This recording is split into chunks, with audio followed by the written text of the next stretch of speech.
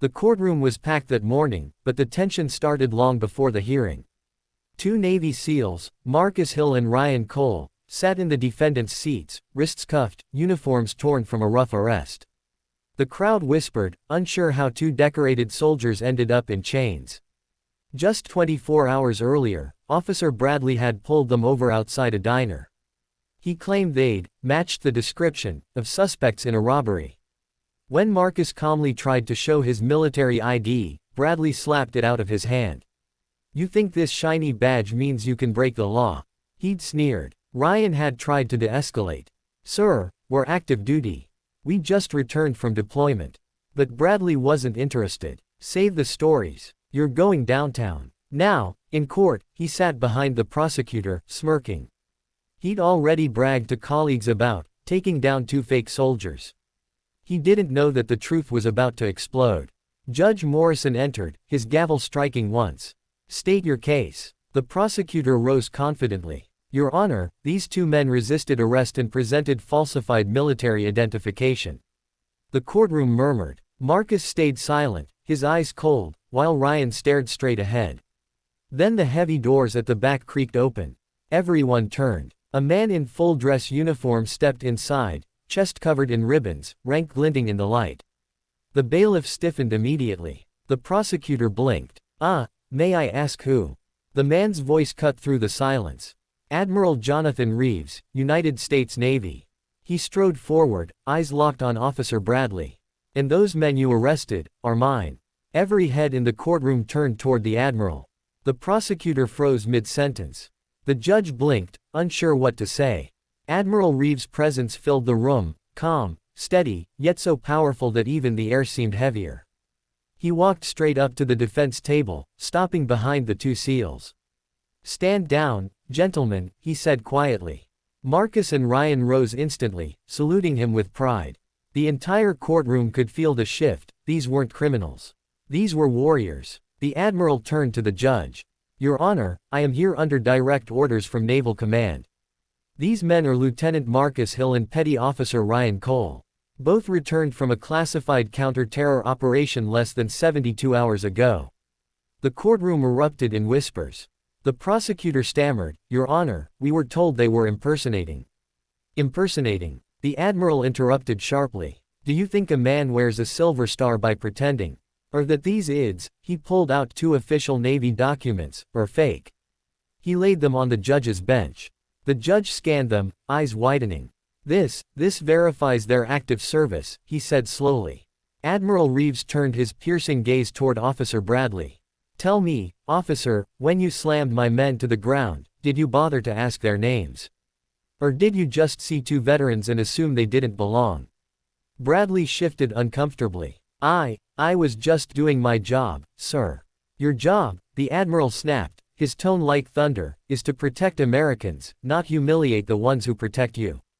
The room went dead silent. Even the judge didn't interrupt. Bradley's face turned red, his earlier arrogance crumbling into panic.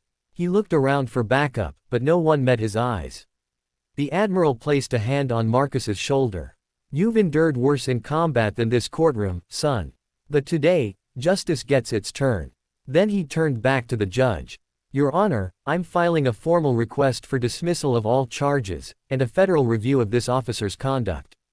Bradley's heart sank. He could already feel his badge slipping away. Judge Morrison leaned back in his chair, tapping his gavel lightly against the bench. The courtroom was so quiet that even the ticking wall clock echoed. He looked from the Admiral to the two SEALs, then to Officer Bradley, who now looked like he wanted to disappear.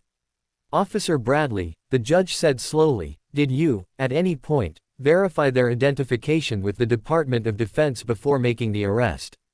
Bradley's throat went dry. "No, Your Honor, but they were acting suspicious." "Suspicious?" the judge repeated, leaning forward. Two men driving home in uniform after deployment. Laughter rippled through the courtroom. Bradley's jaw tightened. "They refused to follow my orders," he muttered weakly. The Admiral folded his arms. "They refused to be disrespected. You put your hands on trained operators who've risked their lives for this country.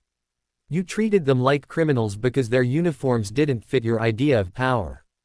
The prosecutor quietly gathered his papers, realizing this case was dead. Your Honor, given this new information, the state withdraws all charges. The judge nodded firmly. Charges dismissed. Case closed. Admiral Reeves turned to Marcus and Ryan. Gentlemen, you're free to go. But before they left, Marcus looked back at Bradley. You wanted to make an example out of us, he said quietly. Now you're the example. The Admiral gave a final nod to the judge, then looked to the bailiff. Ensure this officer's actions are recorded for federal review. We'll handle the rest. Bradley swallowed hard. Wait, what does that mean? The Admiral's voice was calm but cold. It means the Navy doesn't forget who disrespects its men. By tomorrow, your department will have a call from the Pentagon. The judge struck his gavel one last time. Court adjourned. And as the Admiral and his SEALs walked out of the courtroom, heads held high, Officer Bradley sat alone, his hands trembling, realizing that his badge had just become a liability. Outside the courthouse, cameras flashed like lightning. Reporters swarmed the steps, shouting questions. But the Admiral didn't stop. He simply placed a hand on Marcus's shoulder and said quietly, "Let the truth speak for itself." Ryan gave a tired nod. "Sir, we didn't want trouble. We just wanted to go home." The Admiral's expression softened. "I know, son. But sometimes, trouble finds the wrong men." As they walked toward the black Navy SUV waiting at the curb, a police captain came running out of the building. "Admiral Reeves. A word, please." Reeves turned slowly. The captain looked pale, sweat running down his temples.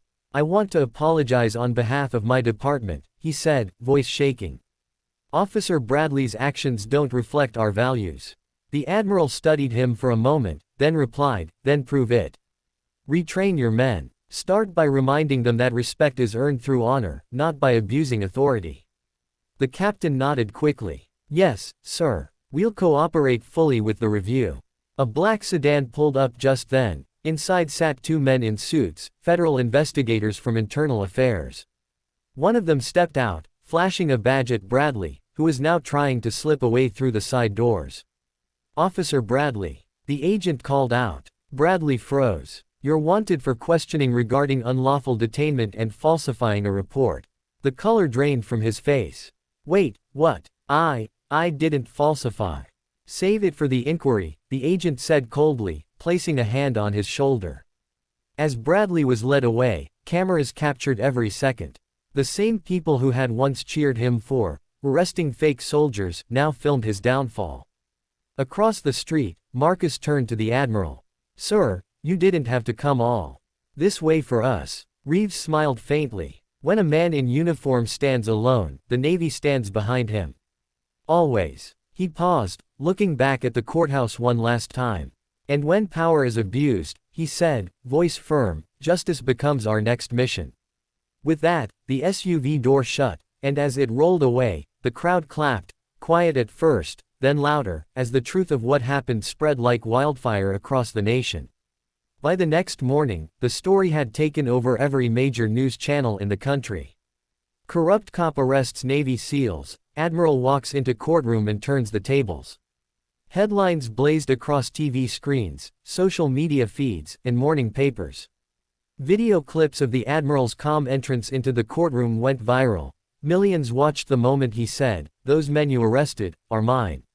Comments flooded in. "Finally, justice for our soldiers. Respect the people who serve." Officer Bradley's face, once smug and proud, was now plastered across the screen under the word, "suspended." He had been stripped of his badge, pending investigation, while the mayor announced a public review of police conduct. The same crowd that once ignored the SEALs now stood outside the courthouse holding American flags, cheering their names. At the naval base, Marcus and Ryan stood beside Admiral Reeves as a small ceremony took place. For demonstrating courage, patience, and integrity under injustice, the Admiral said, pinning new commendation ribbons to their chests. Ryan's voice cracked slightly. "We didn't fight back, sir, because we trusted the system." Reeves nodded. "And that's what makes you soldiers.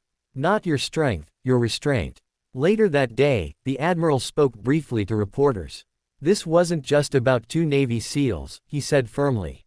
"It's about every American who's ever been judged before being understood. We're better than that." That line echoed across the nation. It became a viral quote, shared alongside a picture of the Admiral walking out of the courthouse, sunlight hitting his medals. And somewhere in a small apartment across town, Officer Bradley sat alone watching that same broadcast, realizing too late that arrogance had cost him everything. Meanwhile, on base, the Admiral looked out at his men and said quietly, "No matter where we go, the uniform isn't just fabric, it's honor. And no badge on earth outranks that."